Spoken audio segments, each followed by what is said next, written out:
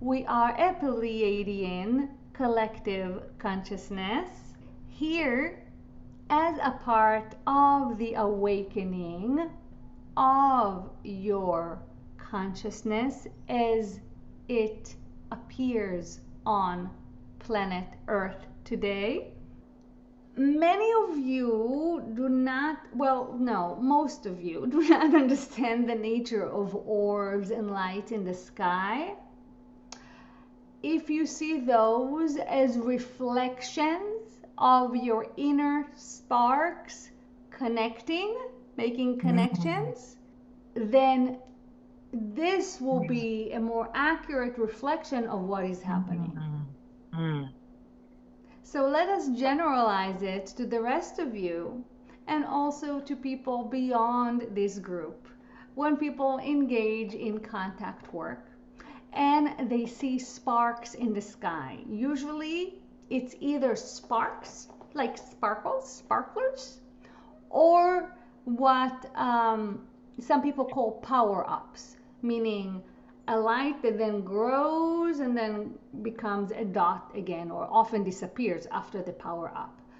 Those are reflection, you holographic spirit reflection of your inner being.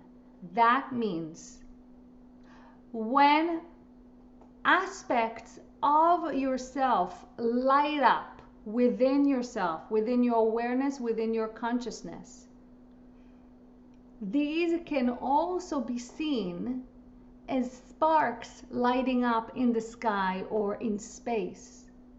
So when you are making contact in that way, it is both a contact inward with an actual part or aspect of yourself, possibly a different lifetime, possibly a specific experience or lineage, some kind of a consciousness thread. When this lights up within you as consciousness, as awareness, externally it may appear as a light, a physical lighting up. So this is one way of relating to contact in a way that is more, you may say, down to earth, maybe too down to earth for certain people who want that light to be a Pleiadian that happened to fly by. But the nature of contact, the reality of contact, is much more personal than this. So there is a personal implication for each global, general sighting or experience that people are having. If you were to land, let's just say a Pleiadian came and introduced them to us, like, and just said, hey, how's it going? I'm just curious what that experience would be like. So first of all, in the past, it would have been accurate to say that the difference, the frequential difference, is so that the gap is too big and your system would be shocked. However, it is our pleasure to share with you that this gap has been narrowed to an extent that many of you, the ones of you that truly manage to live in a higher frequential state, and many of you are truly beginning to do so, those of you are able at this point come face to face with our group, and with some work on our side to soften that contact, you are already able to manage it.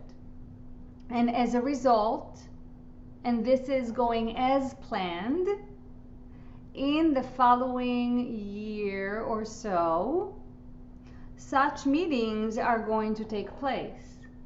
Actually, us landing with our spaceship, you would call it spaceship, a craft, interacting with humans, allowing them to come on the craft and examine the craft.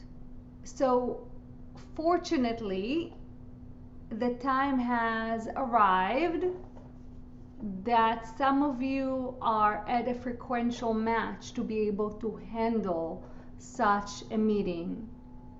So the meeting, so let us say that humanity is going to be awakened to many layers of reality.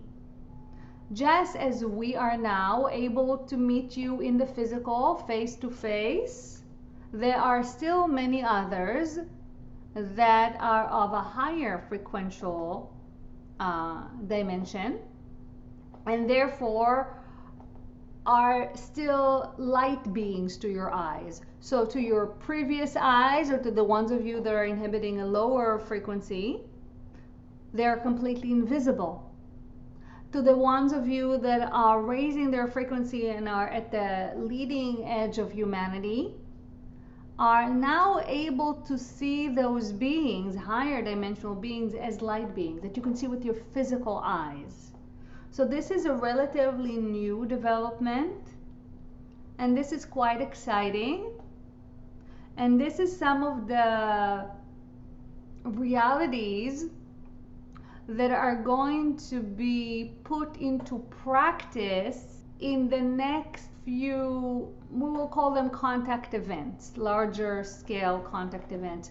Yes, including the one that this vehicle is planning for Shasta in June.